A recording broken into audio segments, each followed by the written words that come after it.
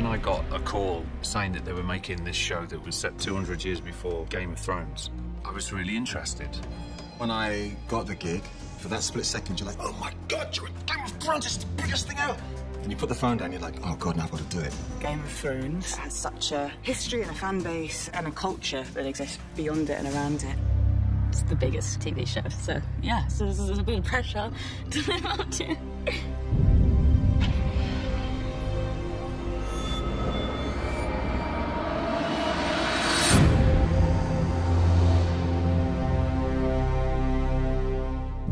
How do we make Thrones but not Thrones? What's good about Thrones? What worked in Thrones? What didn't? What do we want to better? How do we want to evolve the style? It wasn't just a prequel for prequel's sake. There was actually a reason to tell the story. The Targaryens are the fascinating dynasty that we don't really know much about from the original books because at that point they've all died out. There was this once great day where there were dozens of Targaryens running around and a bunch of dragons, and they ruled over Westeros. It was a time of peace and prosperity, and everybody knew that if you messed with the Targaryens, you would get the dragons, so nobody dared to overthrow them. This period in Westeros was a very decadent time. So you get to see what the realm looks like before it descends into the detritus and post-decadence of war that you see in the original series.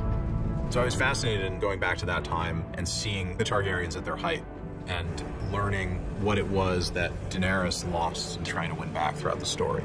The original Game of Thrones was very much an epic that was weaving together various different threads. It still has that scale and scope, but it's really just the story of one family slowly tearing itself apart. There's a wish fulfillment for an audience of things they want to see. We're not here to not give it to them. We're here to give them the thing that they want, just not in the way that they're expecting. We're not trying to rehash the past. We're trying to find something fresh and exciting. We wanted to very much embrace the feel and the world of Game of Thrones, but we had the flexibility to enlarge and enhance. But there was this very strong feeling that we wanted the audience to feel they're in the same show. The first time I walked on set where King's Landing's been built, I feel that no one told them that that isn't how films are made now, that you don't have to build the whole castle. But no, it's all there, and it's all in the right place. You read the script at home and you imagine the scene, and then when you come in, it's always twice the size you imagined it.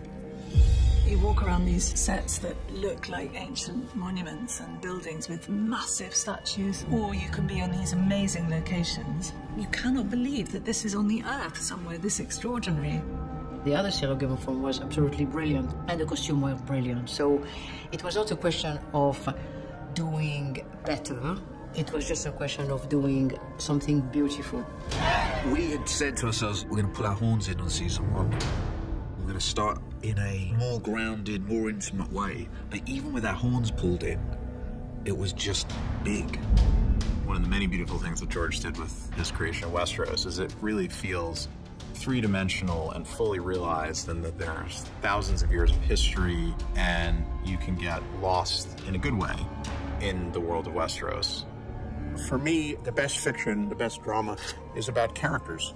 House of the Dragon is a story about very flawed human beings, capable of love and hate, capable of doing good things, capable of doing monstrous things. I genuinely hope that audiences are open to watching a new chapter in the Game of Thrones saga.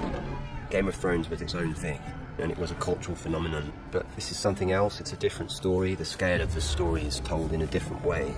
All that size that we loved in Game of Thrones is here, but House of the Dragon is rooted in the domestic and the familial. I hope fans will get everything that they got out of Game of Thrones and more. More dragons.